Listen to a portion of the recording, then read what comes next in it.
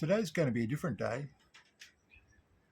We're going to go on a trip together, and it's related to a job that I've been asked to attend to an on site on the other side of the city.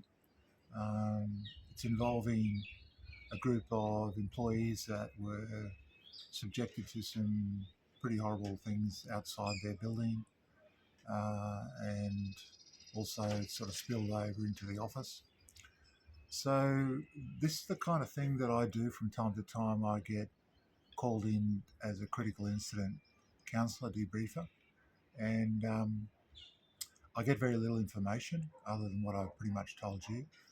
Um, there is a little bit more that I could say, but I don't want to hurt or harm anyone with information that's not going to be that helpful. Um, it's also a really interesting day here because you may hear some rain or thunder,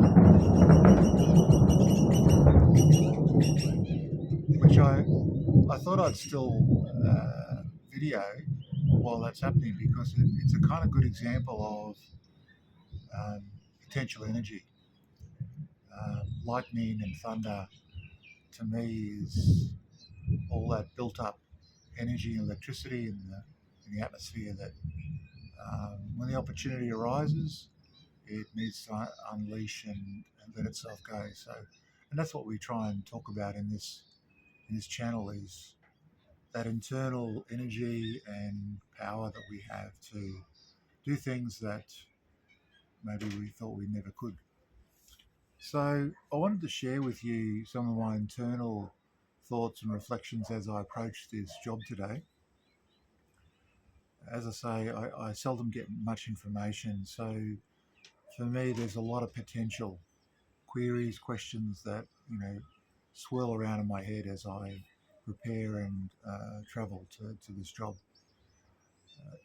Generally, because of my experience, I think about that this incident, the shock and pain that it may have caused people, particularly emotionally, will have come from left field, and therefore people can feel in a bit of shock and distress about what's happened. And lots of reactions go on for people that I'll be able to hopefully connect with and support them emotionally with what's going on.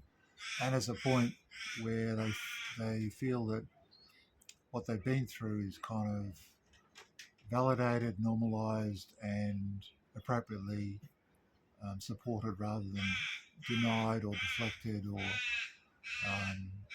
brushed off. It's the worst thing that can happen. I'm not exactly sure when the incident happened, but I'll find out more later. So from my background and my experience, what I think about is that although I've got 3 hours on site to meet with people, I'm not entirely sure how that's going to roll. It may be that the workplace has got some time slots for people to come and see me. It could be slow to begin with. This is sometimes my experience that people are unsure about the whole idea of meeting with somebody they don't know, or even talking or sharing something like this with somebody else. It might be a brand new thing. But what I tend to find with this sort of situation is that if I can meet with one or two people to begin with, if they find that helpful, then they will share that with their colleagues, and then some other people may come and see me as well. Occasionally I will do a group session as well, which people can find helpful to find some of the missing pieces in what went on, because when something critical happens, people are obviously in different stages of the situation. Some can be close to the situation, some can be further away. So it's really helpful to sort of build a story around that. But I guess from a potential perspective, one part of me internally feels like this is kind of a scary thing because people have been through something scary. So that triggers something in me about being aware that, that sort of feeling will be swirling around for me as well. But my challenge is to rise up not deny that, but also to provide a supportive space for people to talk to somebody that has some confidence and experience like I do, and not fall apart or get all sort of distressed by the situation that's unhelpful. So it's going to be an interesting afternoon. I'm looking forward to it because I've had a bit of a break over the holidays, and it'll be good to reconnect with people who have been through a difficult time, and that's what I love doing, is to see how I can uh, help people where they're at right now, not where they should be or where they have been, but something bad's happened. How can I connect with them and support them to maybe start the process of healing and to feel a little bit more together about the next steps. So from my perspective, that's what I try and work on, about um,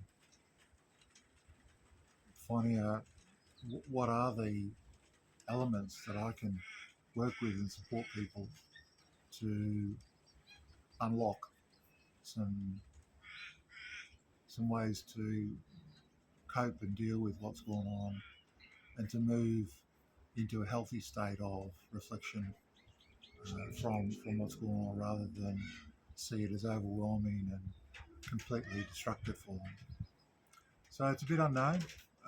That's what happens in my work.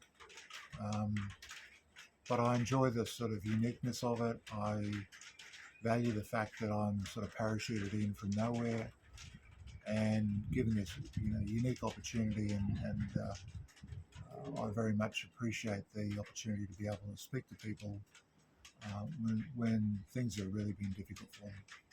I take that responsibility seriously, and I hope I do what I can, drawing on all my skills as a professional, counsellor and social worker, but also as a person with quite a bit of life experience and experience of working with other workplaces and people who have been through some difficult things. In the past, I've been to places where there's been a death amongst the employees. There's been restructuring, job losses. I'll talk about some of those experiences in other videos, but it's I like the variety of the work. I love the fact that I'm given this unique opportunity to come in and I hope bring something a little bit different to the work that they might have heard from some others. Particularly because of my organisational skills and knowledge, I can help provide some tips and some guidance for people navigating the challenges that they face, not only with an incident, but also with some of the decisions that are coming down the pipe for them. Anyway, I just wanted to give you a bit of an intro of what we're going to be doing together. I'll turn the video on later and we can talk a little bit further on the way there, how I'm feeling, because I probably feel a little bit differently than I even feel now. But also on the way back, I'll share some reflections on what happened. Obviously, I can't go into any details of the organisation, the individuals, but general reflections and themes that come out that you may find useful and helpful in anything that you're going through, but also you may go through in terms of the impact that organisations can have on our lives. So although I hope that you never go through something traumatic like maybe this group did today, even things like restructuring, job losses, that can be traumatic enough. And sometimes I go into organisations to support teams who are going through that process or have gone through the process. And the more you can prepare for change, the more you have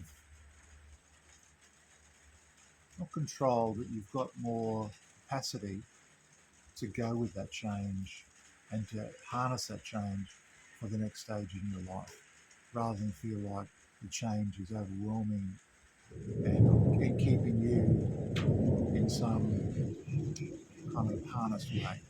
Or your options are limited or taken away from you. So I think that's the worst thing that can happen when external things happen to you is to feel like you're at the whim or you're vulnerable to all this and you have no controls, no options. So enough from me. I'll talk to you a bit later and see how we're going. I hope you like the thunder and rain. I was born in a tropical part of Australia, up in Queensland, so I kind of love storms. So I hope you do too. At least it's warm. Uh, so yeah,